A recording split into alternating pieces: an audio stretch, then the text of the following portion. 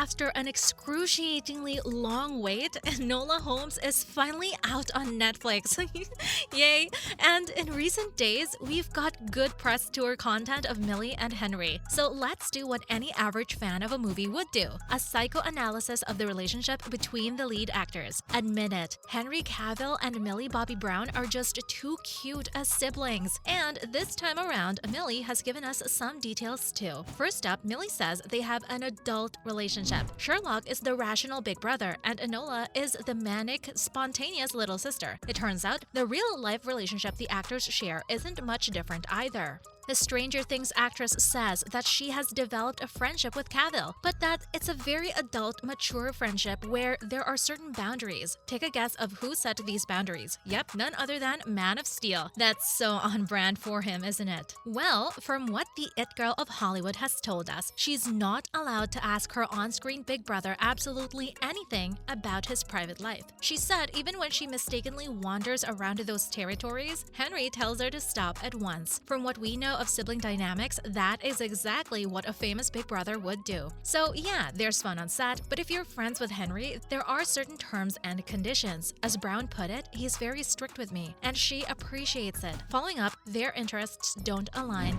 It's common knowledge that Cavill is a big nerd, right? Both literally and figuratively. And then we have the Mills. According to Millie, sometimes on set, the dreamy Sherlock Holmes would just start talking about one of his niche interests, and he'd just go on and on and on about it. Our poor girl says she'd just snore while he went on with his nerdy lectures. In fact, you can see a glimpse of this in that video where the two co-stars are solving the world's mysteries. Henry takes the chicken and the egg question a little too seriously, leaving Millie with nothing else to do except roll her eyes. But hey, the torture wasn't completely one-sided. The big bro had to put up with a lot too. Yep, if Brown wasn't going to hear his passionate explanations of things he loves, Henry was also not going to tolerate her reality TV gossip. As you all should know by now, the young lady over here is a big reality TV consumer. She watches a lot of them. And what does that mean? That means her co-stars are sentenced to hearing about the latest updates on shows like Love Island and 90 Day Fiancé. While during the filming of the first Enola Homes, Mills used to torture Henry with all things Love Island. It looks like this time around he wasn't having any of it. These two have absolutely no common interests and still force each other to listen to what each has to say. And if that doesn't say big bro little sis dynamic, we don't know what does. Now for their relationship in Henry's words. Henry has spoken a lot about his relationship with his young co-star. In his own words, it's all good fun. There's one thing he brings up a lot though, the banter. He has said very clearly that he doesn't hold back one bit when he's teasing his on-screen little sister. And if this man is saying something like this, you know he ain't lying. What makes it better though is that she also doesn't just sit around quietly being roasted by Henry. She hits back. Yep, if he doesn't hold back, she doesn't either. Now, whether her comebacks really land is a whole other story. From what Cavill has told us, Millie does make him laugh, but that's mostly because of how unfunny her attempts at it are. How is Henry the most stereotypical big bro when he doesn't even have a sister in real life? All in all, he really appreciates and also respects Brown for how talented she is for the energy she brings to the set. The 39-year-old said that the long days on set aren't an easy thing to deal with. They drain you and they become boring. This is where Mills enters the chat. Cavill says that having a bundle of positive energy around you on those days is a blessing. And that bundle of energy, of course, goes by the name of Millie Bobby Brown. We should mention, though, that Henry, being the class act he is, also respects her co-star for her position as a co-producer. So yeah, the dynamic these two actors share also includes a lot of respect for each other. Up next, what are Enola and Sherlock like? Now that we know how the actors are with each other in real life, we should talk about their characters too, don't you think? In fact, it's their real-life relationship that translates so well on the screen. And thankfully, this time around, we're getting to see quite a lot of Enola and Sherlock interaction. In the film, we have a celebrity detective big brother and a young sister who's just stepping out into the world with big dreams of starting a detective career of her own. What she doesn't know though is that the world she's trying to build her dream life in isn't nearly as welcoming as she expected. expected. Still, she's stubborn and wants to make her own way. That is, until she finds out the hard way that she does indeed need the support of people around her. So the big brother's role in this scenario is pretty important. He has to be supportive without being bossy or patronizing. He has to care for her in a cold world without diminishing her. All of this brings about the perfect sibling dynamic you've seen on your screens in a very long time.